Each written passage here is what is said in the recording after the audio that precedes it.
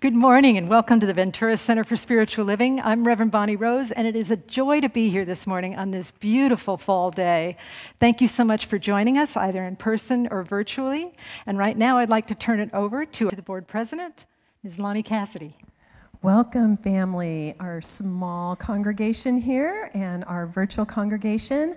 I just want to invite you all to settle into this morning. And if you're in our Facebook world of participation, don't forget the comments section, because that is a place that you can communicate. And we have some beautiful practitioners that are watching. And so whatever's on your heart or you want to share, please do so, because it connects us all. So settle in. It's a grace and gratitude morning. Yes, it is. Welcome. Yes. Thank you, Lonnie. And now we're going to go ahead and call forth Bill Hadris, who's one of our youth and family people, and he's going to inspire. Good morning. Good morning. I'm Bill Hadris with Youth and Family. And today I decided to get a little crafty and designed my own warm and fuzzy. Something you can make at home, pretty simple, something that's fun to do. But I'd like, with my warm and fuzzy, talk to you about the ripple effect. You may have heard of it. It means that you create with an action or thought something that either positively or negatively goes out and affects the world. So with that, I invite you to close your eyes, take a nice deep breath, settle in, and think about if you had to name the single best deed a stranger, or maybe now a loved one, has done in your lifetime, what would it be?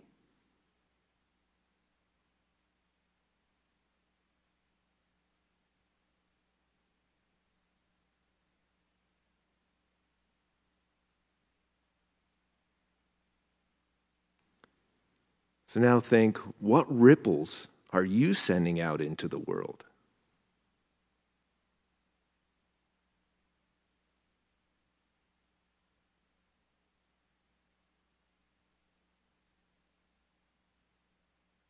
Are there any choices you would like to change by creating a new ripple in consciousness?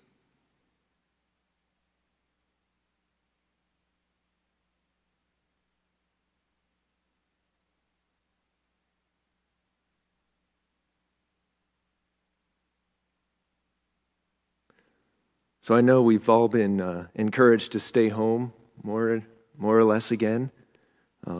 With how things are going in the outside world. But inside, we could too make a warm and fuzzy. Maybe if you're a little bit older, write a letter or something like that. And I suggest you send a warm and fuzzy to someone you know, someone you love, or maybe someone you don't know too well. You'll be surprised what you can get them. So with that, I invite you to repeat after me. My good ripples out to the world. My good ripples out to the world. And so it is. Thank you. Thank you, Bill, for rippling to all of us. Really appreciate all of your dedication. Thanks. Okay, now we're going to have Diane, one of our practitioners, come forward, and she's going to lead us in a prayer.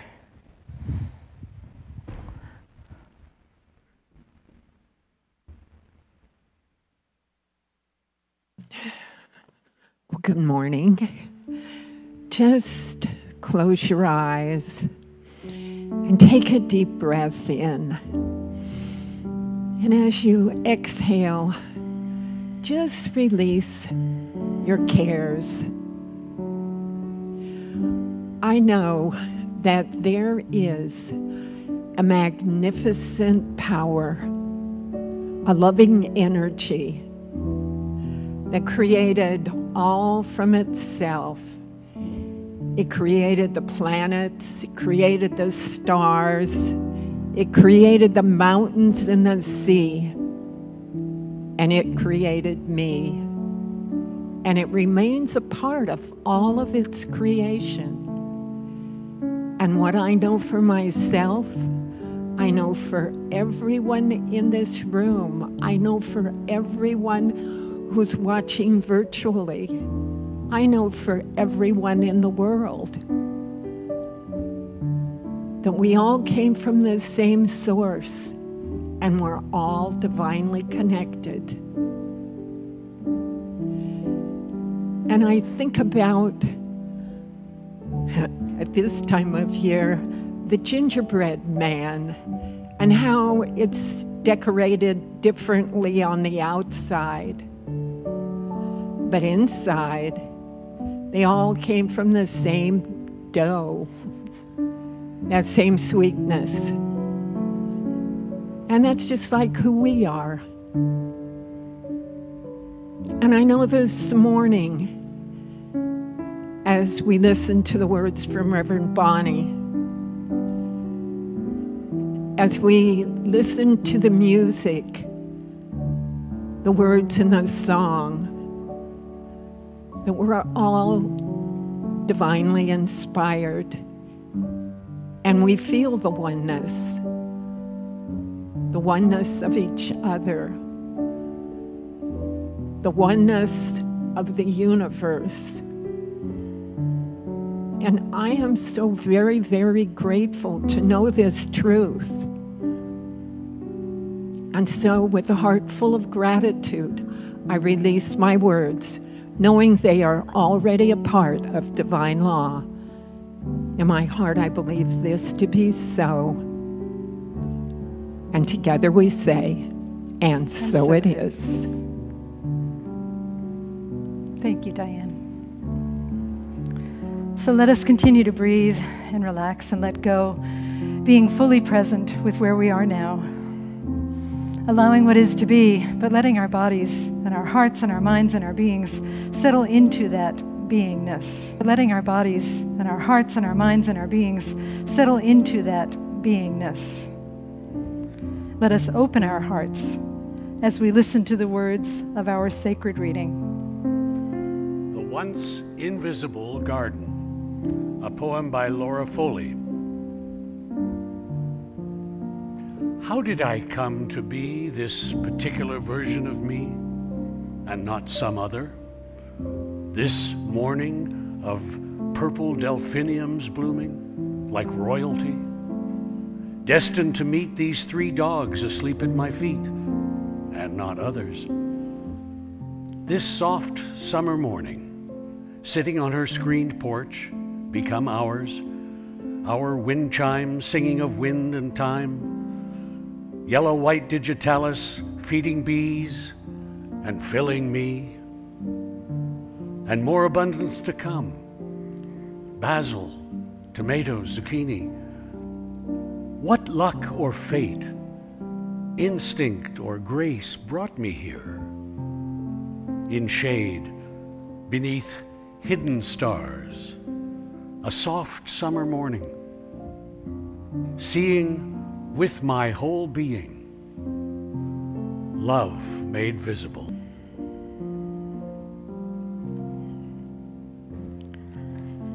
And in the consciousness of knowing that the whole world, that everything in it, including ourselves, is love made visible, let us breathe in deeply and then exhale, opening our eyes in love and in service to what is, as it is, and so it is.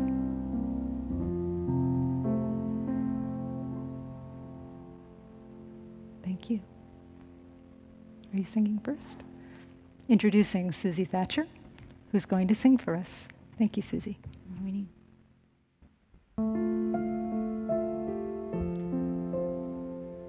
Send some rain, would you send some rain? 'Cause the earth is dry and needs to drink again.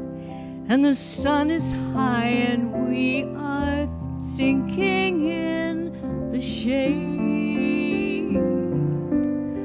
Would you send a cloud, thunder long and loud?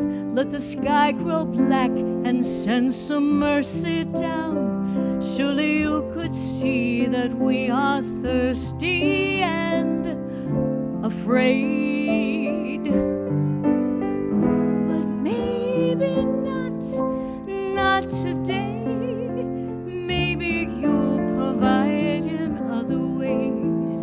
And if that's the case,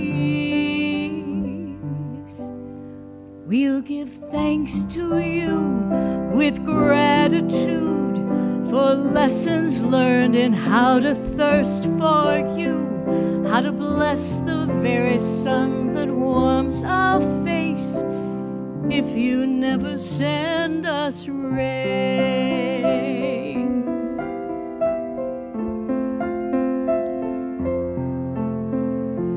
Daily bread, give us daily bread.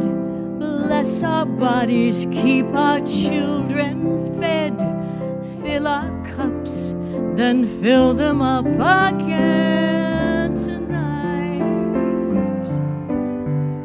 Wrap us up and warm us through, tucked away beneath our sturdy roofs. Let us slumber safe from danger's view this time. But maybe not today. Maybe you'll provide in other ways. And if that's the case, we'll give thanks to you with gratitude.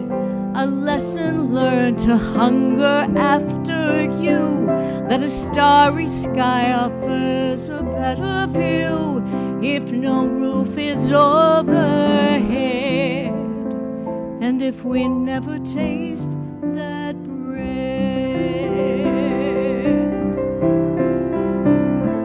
Oh, the differences that often are between everything we want, what we really need. So grant us peace, Spirit, grant us peace. Fill our hearts to feel a single beat between alibis and enemies tonight. Or maybe not today. Peace might be another world away. And if that's the case, we'll give thanks to you with gratitude for lessons learned in how to trust in you. We are blessed beyond what we could ever dream, in abundance or in need. So if you never grant us peace,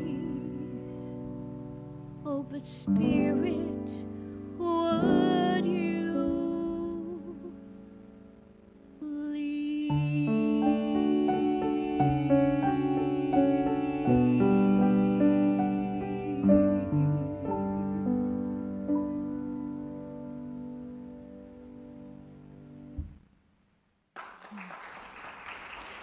Thank you, Susie and Chris. It's lovely. Thanks so much.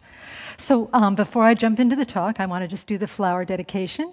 The flowers this morning are dedicated to our friend, Director of Youth and Family, Shelley Eller. Shelley Eller has always been hypnotic in her presentation. She is compelling. She is a beautiful soul, a great speaker, but she has made it official. She just graduated from hypnosis school. So these are to say, congratulations, Shelley. You found another calling. It's just wonderful. So. Okay.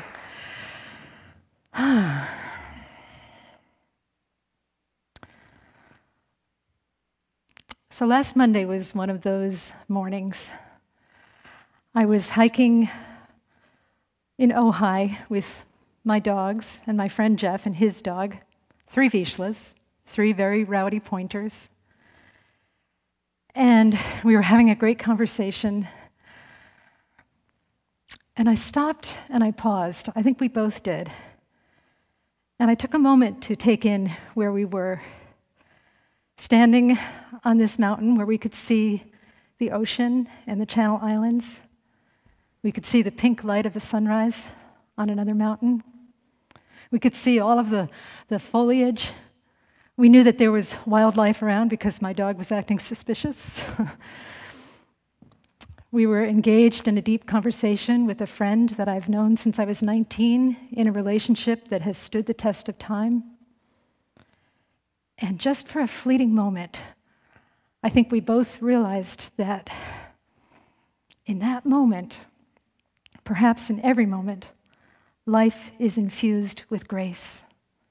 It was very much like the poem that Hugh just read with the delphiniums and the foxglove, the digitalis, the three dogs lying at her feet, the bounty from the garden.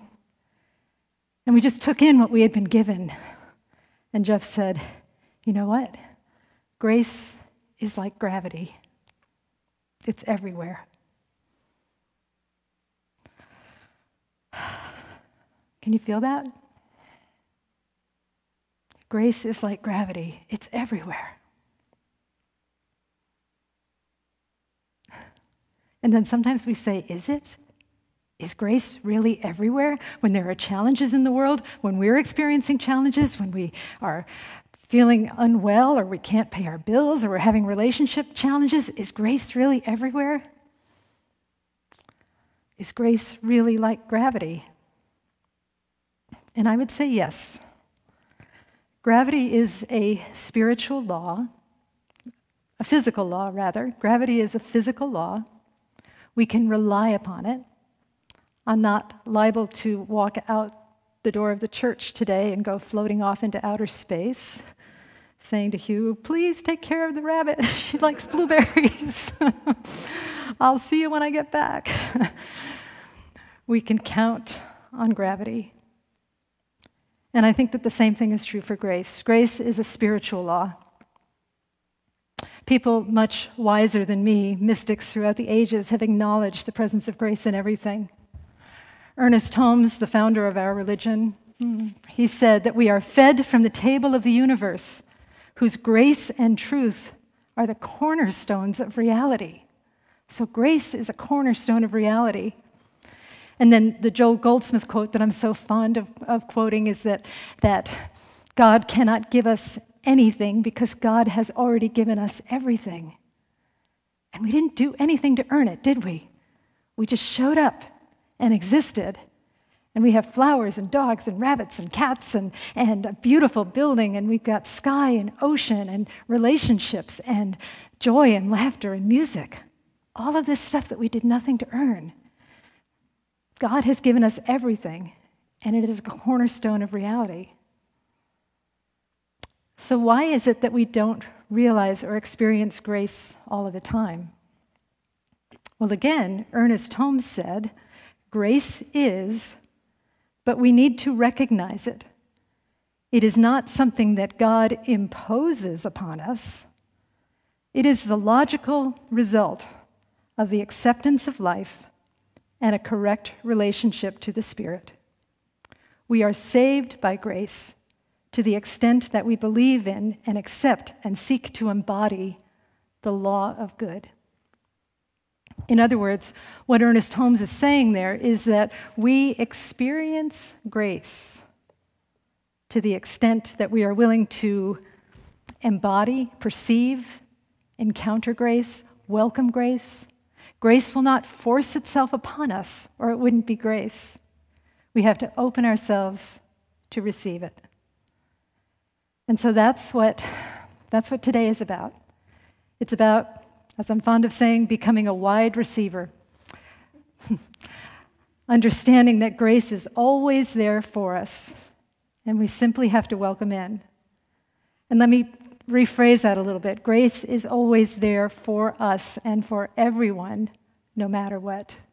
We simply have to welcome it in. And when we are, quote unquote, saved by grace, lifted up out of the doldrums or the challenges of living by grace, then we become a beacon of grace.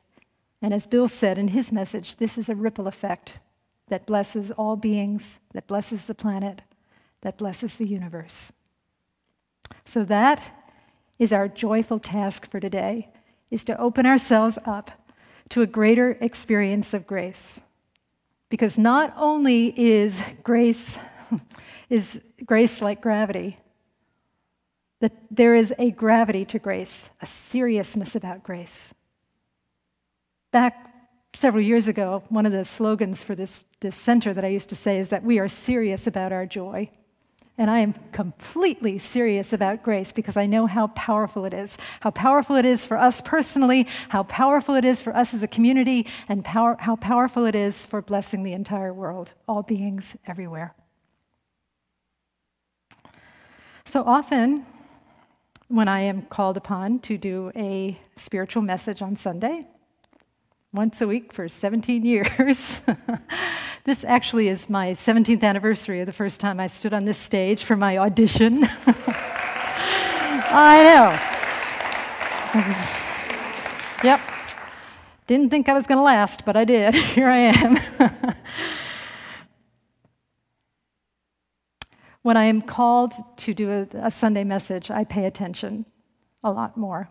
For the whole week prior, but especially as time is getting closer and I'm thinking, I don't really know what to say, I start paying attention even more. Because if I'm true to principle, if I'm true to what I preach, then I know that there is a sermon out there that needs to get in here, and if I would only receive it and open myself and stop telling myself I don't have anything to say, then maybe I'll have something to say, right? Is that true for anybody else here? Whether it's about a sermon or something else. So I pay attention, and one of the things that I pay attention to is dreams. And so on Friday night, as I was preparing for Saturday morning to get up and figure out what I was going to say, today I had this dream. Now, you all know that dreams are about all of us. I'm going to talk about it like it's about me, but it's really about all of us. It's an every man, every woman story. And in this dream, we at Ventura Center for Spiritual Living were hosting a spiritual fair. And it was post-COVID. And we had all of these tents around. I don't know where, because we don't really have any property, but we had all of these tents around, vast numbers of tents. And people weren't wearing masks, and people were connecting and hugging, and it was beautiful. But then I encountered a friend who was crying. She was crying on her husband's shoulder, and I asked her, what's wrong? What happened? And she said that she had gone to see, in the spiritual fair, she had gone to see one of the counselors, and the counselor told her all kinds of bad stuff about her. How she wasn't doing spirituality right, how she wasn't tithing enough, how she wasn't doing principle enough, how she wasn't praying properly, all of this stuff to try and fix her. Now, my response to that was, you give me her name. I'm going to go there and kick some booty. I'm going to take care of that counselor right now. Get her, drop kick her, Jesus, through the goalpost of whatever, hell. Anyway, so I was, girding my loins. Exactly. Where is the loin, actually? Well, maybe I shouldn't go there right now. But anyway, I was girding something. And in the meantime, this person, this congregant, had wandered back into the tent and had sat down with another counselor. And so I went in to see how she was doing, and as I approached her, I heard the counselor say to her, "So who really is holding you hostage to your thoughts that you're having about this situation?" And I woke up. That felt like a bit of a revelation. Who is holding you hostage to the thoughts that you're having about anything? Who is responsible for the thoughts that you have about anything? Certainly what we're exposed to can influence our thoughts. The people that we encounter can influence our thoughts, but who is making the choice to expose ourselves to those things or to encounter those people? Certainly the things that we read can influence our thoughts. The things that we watch on television can influence our thoughts. That's a little scary, given some of the stuff I watch. But who is making the choice to watch and to read those things? It's us. We are ultimately responsible for the quality of our thoughts. And if we are feeling like we are being held hostage by our thoughts, we are both the hostage and the hostage holder. Take that in for just a moment and think about something that you're complaining about, something that you think is not fair, something that you think is not as it should be, something that feels wrong in your life, something that feels stressful or distressful in your life, something that feels unwell in your life, and notice your thought about it. And ask yourself, am I holding myself hostage to this thought right now? And can it be changed? What I have found in my years of being a minister and my years of counseling with people or teaching classes is that probably the biggest hostage holder is the thought that we are separate from our good, that life is not as it should be. Life is not going the way that we want it to go in this moment, so therefore life is not as it should be. And we tell ourselves that constantly, over and over and over again, till it becomes our reality. But it is not the reality, it is the perspective. What if the presence that makes the light shine on Ojai mountains, makes them pink in the morning and in the evening, the presence that assembled these 3 dogs that scamper around us when we hike, the presence that inspires deep friendships for years and years and years, the presence that assembled this spiritual community, the presence that places the grains of sand on the beach and causes the tides to go back and forth and spins the planets and causes the giant redwood trees to grow and the tiniest flower lost in the woods. What if the presence that makes all of that happen? What if that presence really, truly does have everything in hand and that everything is unfolding exactly as it should?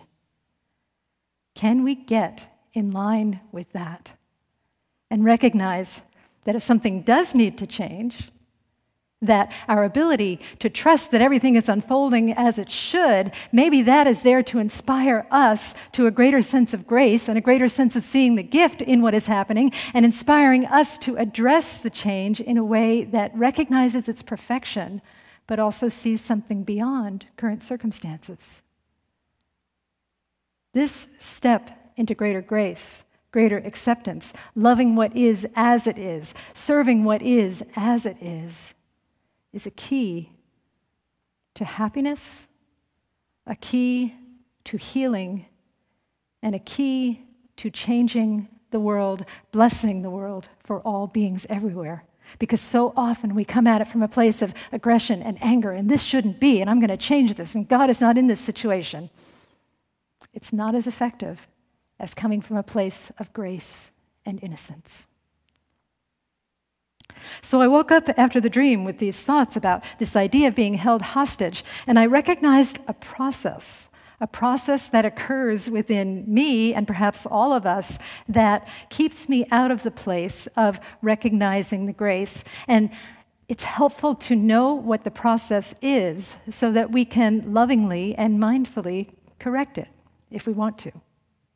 Again, grace will not force itself upon us. Grace has to be welcomed, and we are the welcomers. So I noticed 3 eyes, and that's the letter I, not 3 eyes. The first eye was indignation. I'm laughing because we're so cute when we're indignant, aren't we? Just so cute. I mean, who here has ever been, and at home, has ever been indignant? Just raise your hand.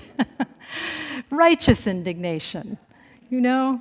So sure that you are right and the other is wrong. So sure that your life should be the way that you want it to be and the way that it's showing up is wrong. It reminds me of this wonderful quote by George Bernard Shaw that we reviewed in a meeting the other day. I'm going to read it for you because I love it.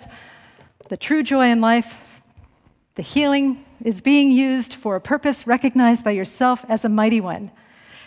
The being of a force of nature, here's the indignant part, instead of a feverish, selfish, little clod of ailments and grievances, complaining that the world will not devote itself to making you happy. I've been there. Have you? So indignation is a thing that I think most humans experience, righteous indignation. And, it's so tricky because there are injustices in the world. But again, the approach to injustice is not most effective when we're coming at it with a sense of moral indignation. It's much more effective if we come at it with a place of kindness. But that being said, even indignation, because everything is grace, grace is gravity, and gravity is grace, everything is grace, even indignation, this thing that we might chastise ourselves for having, that we might blame ourselves for having, it's part of the human experience, and it's also a grace in that it may lead us, if we're mindful, to something greater. So when we're in a sense of indignation, perhaps we have a friend, a spouse, a partner, a spiritual community, a higher self that will say, wow, you are really telling the world or telling other people what they need to be, how they need to be, what they need to do. Perhaps step back. Perhaps see that you are being held hostage by your own thoughts. It's not about that other person, it's your thoughts about that other person. And step back and see if there's something better. A more effective, more productive, kinder, and thus more powerful way to be with this. That leads, I believe, to the second I, which is introspection. Looking at ourselves with kindness, grace, and mindfulness, recognizing that the fact that we can look at ourselves is, again, a form of grace, that we can look at our minds and see what we're doing and make choices. What grace is that? It's a beautiful thing. So we introspect, and we see that how sometimes we're like that first therapist, right? In the dream, the first therapist in the dream that was telling my friend, our congregant, everything that she was doing wrong and how she should be different and how she should be better and how she should really devote herself to being a different kind of person. Or we can look at the second therapist who asked the question, and this is the key, who or what is holding us hostage in this situation? When I am choosing sometimes against what feels like my own will, but just trying to do the right thing, choosing to be mindful and introspective, when I'm in a state of righteous indignation, when I am choosing to do that, to align myself with a greater sense of grace, I often turn to the work of Byron Katie. Byron Katie asks us to fill out a Judge Your Neighbor worksheet, and you don't actually have to fill it out, but you can do it in your head if you want. And in that worksheet, we are supposed to say out loud or in print or in your head, you're just supposed to verbalize it and see it and shine a light on it. We are supposed to say everything that we think should be different. That person should be nicer. That person shouldn't leave his crap all over the place. That person shouldn't, I don't know, I don't want to get too crazy here with examples because I'll start naming names, okay? Don't want to do that. But that person should be different. This situation should be different. I should be healthier. I shouldn't have this illness. I should be a better person. I shouldn't have doubt. I shouldn't have fear. All of these things that we think should or shouldn't be. We tell ourselves that over and over again. So how wonderful to get that up to the light and be able to see it. And so we pick one. Let's say we're just picking the one that says that person should be different. Again, anyone have that experience of saying that to yourself? That person should be different? Right? And we may not be quite so overt about it. It's usually more subtle. But at the bottom line of a lot of our complaining about other people, it's that person should be different. That person should be a prop in my mini-series showing up exactly as I want them to show up. So Byron Katie asks us to get all that out, and then we start questioning it. We say, is it true? Should that person really be different? Probably a lot of us will say, you're dang right, they should be different.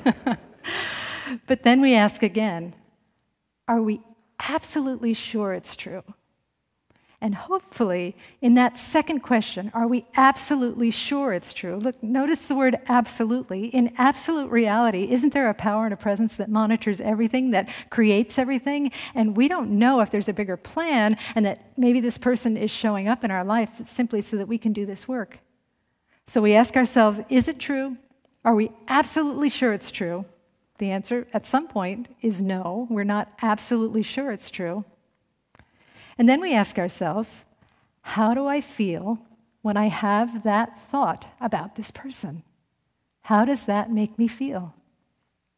Probably not good. You know, righteous indignation feels okay for a while. It aligns us with a lot of negativity, though. So when we really go deep, we recognize that indignation doesn't feel good.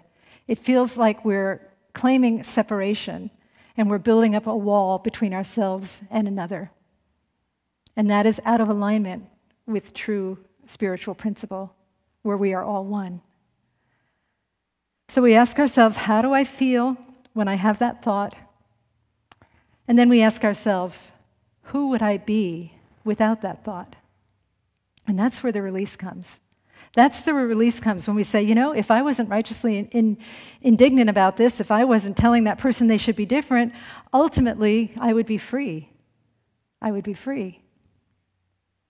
Whenever I teach this, the objection is always, well, that person's going to just run amok and do everything bad, and that person's going to walk all over me, and this situation is going to go out of control. But it doesn't happen that way. As soon as we become free, we open ourselves up to a pool of creativity that we didn't know existed. And that's why the third I is inspiration.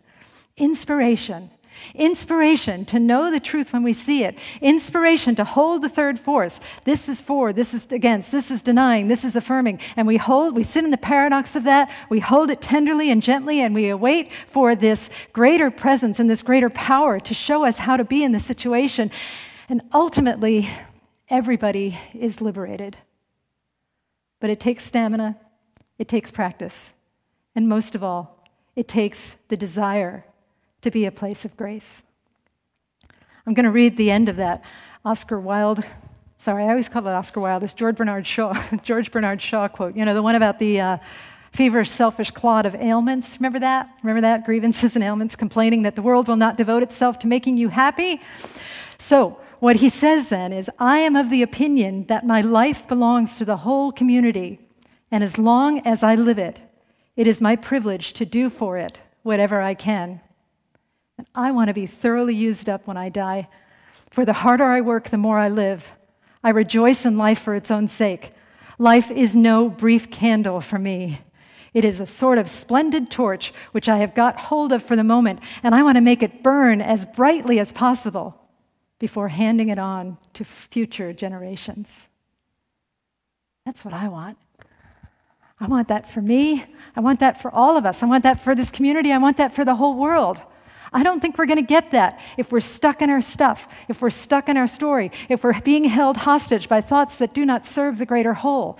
If we are able to move into that place where we find a greater sense of grace, then life becomes that bright candle that is a torch, a triumph, a beacon to the entire world. And we are part of that. We are part of the particle of light that shines out this grace and this goodness to everyone. Some things that I would recommend for practicing this is to certainly stay alert, to stay mindful, to do whatever you can, to stay mindful and alert. Maybe get a mindfulness partner and make a pact that whenever I start complaining about whatever I complain about, to just kind of say, hey, who's holding you hostage? And you have to promise not to, slap them if they do that, okay? Because we don't always want to hear that. The other thing that occurred to me is that there is a fourth I, and that is innocence. The I of innocence. I was reading something the other day. I don't remember what it was, but it was a new concept to me. It said, what if you, instead of making people guilty, what if you gave everyone the benefit of the doubt?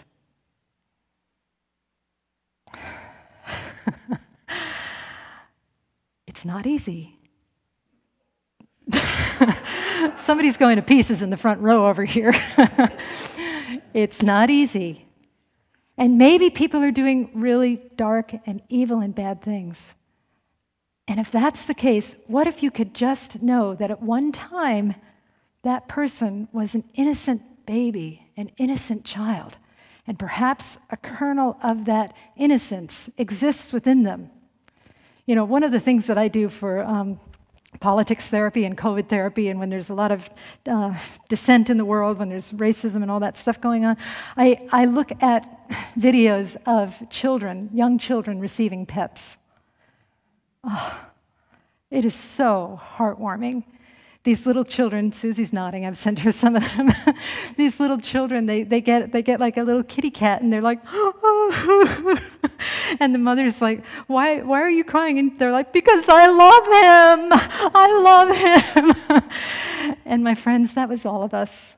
That was all of us before the world got to us and told us that we had to hold ourselves and others hostage. That was all of us when we could see grace, when we could see innocence. We could see innocence in ourselves. That was all of us. So if we remember that, for the people that we are judging, for the people that we are holding guilty, remember that that person was once a young child. We have no idea what kind of glorious changes that can make. That's not to say that people should not be held accountable. I'm not saying that at all, because accountability is a form of grace. If somebody does something bad, they need to be restrained, right? But we don't have to come at it like we're in Psycho, right? In Psycho, in the shower curtain scene. So I said in the Rumi's field class that I taught, you know, it's not Psycho. It's more like a surgical intervention. We're like, oh, there's something there that needs to be addressed. Let me address that. Let me take that thing out. Let me prevent this person from doing further harm to themselves. With calmness and kindness and mindfulness, and seeing the core of innocence that abides in everyone. And see, that's the thing. You know, the more we're able to see the innocence that abides in everyone, the more we're able to see the innocence that abides in ourselves. And you are so worthy of that. You were brought here by grace, as grace. And so I invite you to practice. I invite you to welcome grace. I invite you to be the place where grace shines its light. Do that, you'll change your heart, and you'll bring good to the world in ways beyond what we can know, but ways that are miraculous. Let's do that now. Let us pray.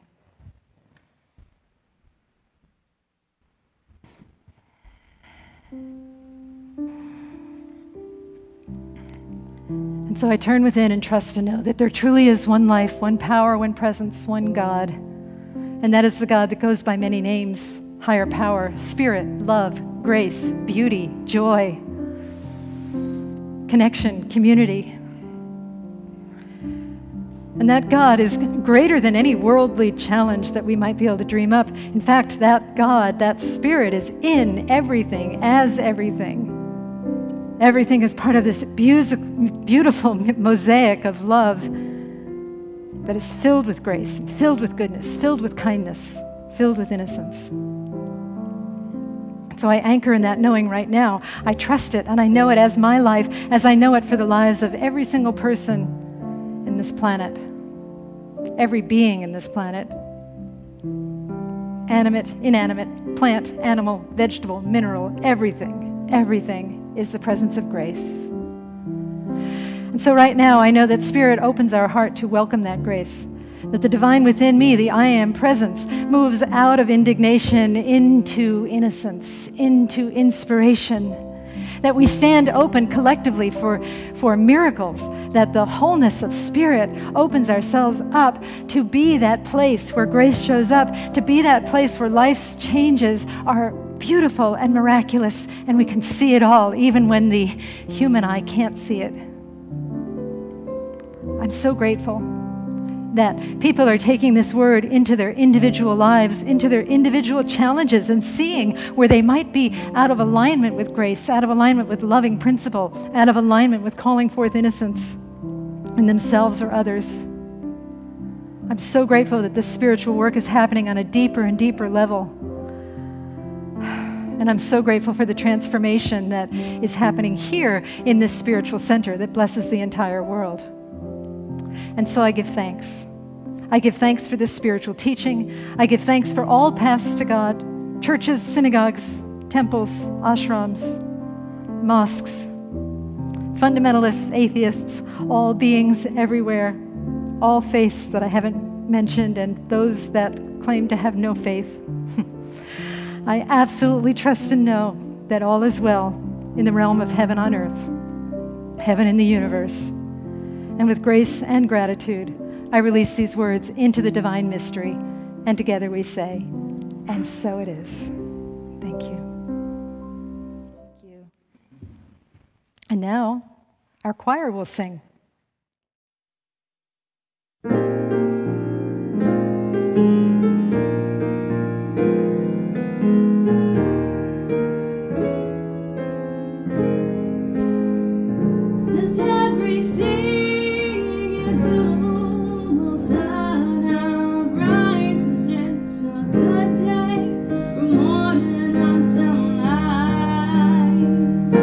It's a good day for singing a song, and it's a good day for moving along. Yes, it's a good day, how could anything go wrong?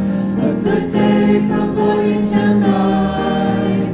Yes, it's a good day for shining your shoes, and it's a good day for losing the blues. Yes, it's a good day, so good news, a good day from morning till night.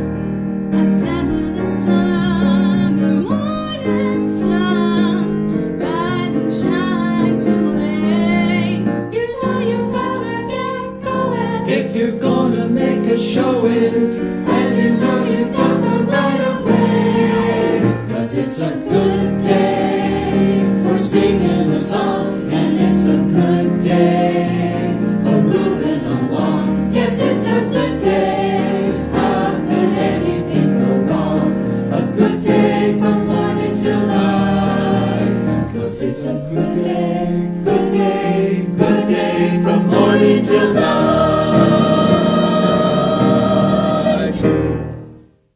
Okay, so that was It's a Good Day, right? They said I'm on.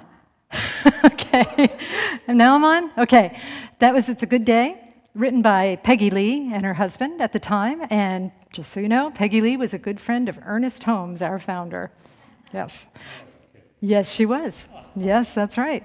So, Lonnie has an announcement to make.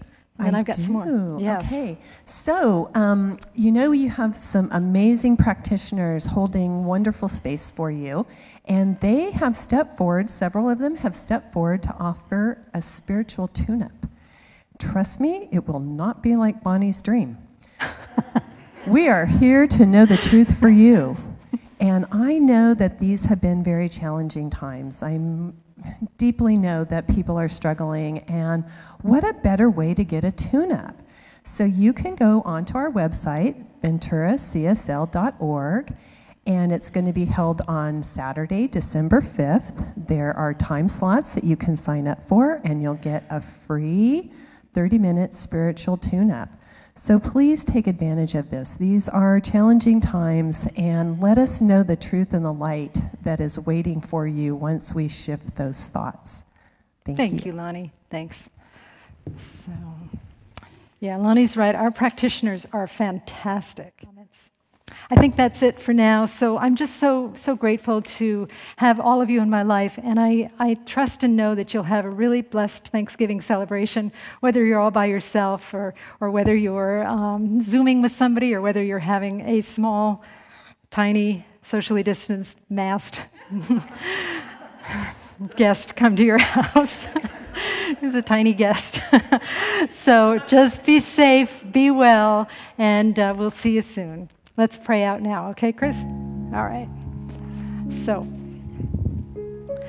turning within, I absolutely trust to know that one presence, that one life that is God, that has assembled us here today for the good of the planet, for the good of the world, and that we take all of this in, all of this joy and community, whether it's in person or online. We know that God is greater than any distance, any separation, that God is greater than any appearance, and that in the life of spirit, all is well. All is well. God is in charge, and God has got everything covered. And so we take that with us as we go our separate ways, knowing that we are never truly separate, that we are always connected at the heart with one another and with God. And with great gratitude for this and so much more, we give thanks and we release these words into the divine mystery. And together we say, and so it is.